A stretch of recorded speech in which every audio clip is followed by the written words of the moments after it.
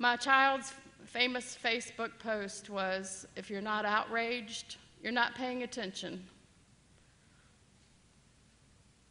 She paid attention. She made a lot of us pay attention.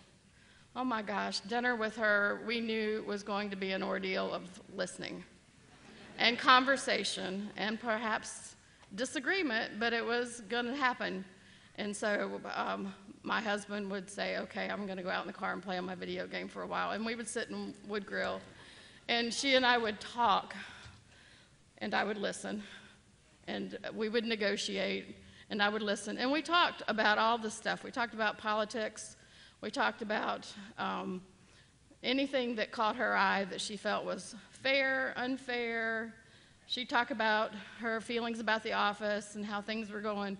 I mean, she just talked. The girl loved to talk. And she was single, so there was nobody listening at home, so Mama got a lot of it. And that was wonderful. You never think you're going to bury your child. You never think to take those pictures. They asked me for pictures for this, and I struggled. I had pictures from her childhood. But I had to go to Facebook to find pictures of my child because we were always together. I saw her a couple times a month at least, and we would text each other fairly often, and we would Facebook message at bedtime, "I love you. I love you. You doing okay? Yep, I love you." So I have no regrets on that part. Take pictures of the ones that you love because you don't know when they're not going to be there. But here's what I want to say to you today. This could be a storm in a teacup, and it could all be for nothing. I could have said, let's don't do this publicly. Let's have a small private funeral. But, you know, that's not who Heather was. Anybody who knew Heather said, yep, this is the way she had to go, big and large. Had to have the world involved because that's my child.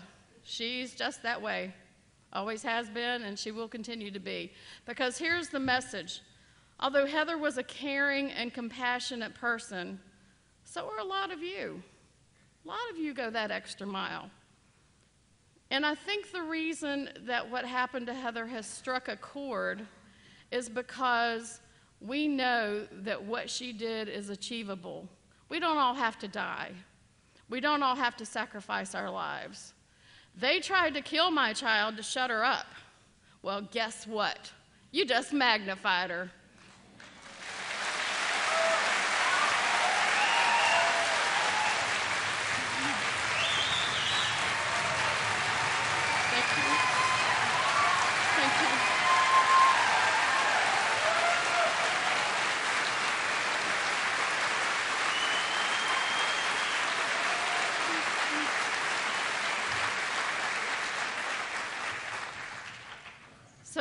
So here's what I want to happen. You ask me, what can I do? So many caring people, pages of pages of pages of stuff I'm going through. I'm reading pages of pages of pages, how she's touching the world. I want this to spread. I don't want this to die. This is just the beginning of Heather's legacy. This is not the end of Heather's legacy. You need to find in your heart that small spark of accountability. What is there that I can do to make the world a better place? What injustice do I see and want to turn away? I don't really want to get involved in that. I don't want to speak up. They'll be annoyed with me. My boss might think less of me. I don't care. You poke that finger at yourself like Heather would have done, and you make it happen. You take that extra step. You find a way to make a difference in the world. My child had a high school education. My child was no saint. She was hard to raise because everything was a negotiation. Not kidding. But you know what? She was a firm believer in whatever she believed. And let's do that. Let's find that spark of conviction. Let's find in ourselves that action. Let's spread this. Let's have the uncomfortable dialogue. It ain't easy sitting down and saying, well, why are you upset? It ain't easy sitting down and going, yeah, well, I think this way, and I don't agree with you. but I'm going to respectfully listen to what you have to say.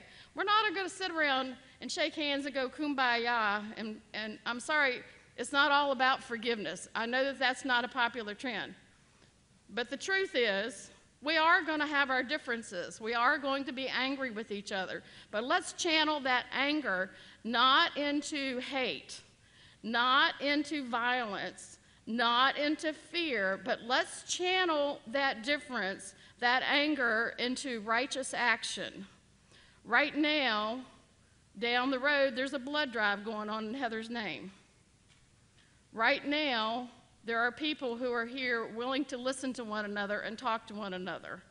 Last night in New England, they had a peaceful rally in Heather's name to have some difficult dialogues.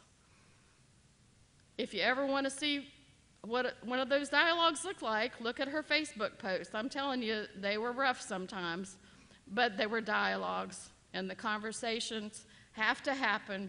That's the only way we're going to carry Heather's spark through. So remember in your heart, if you're not outraged, you're not paying attention.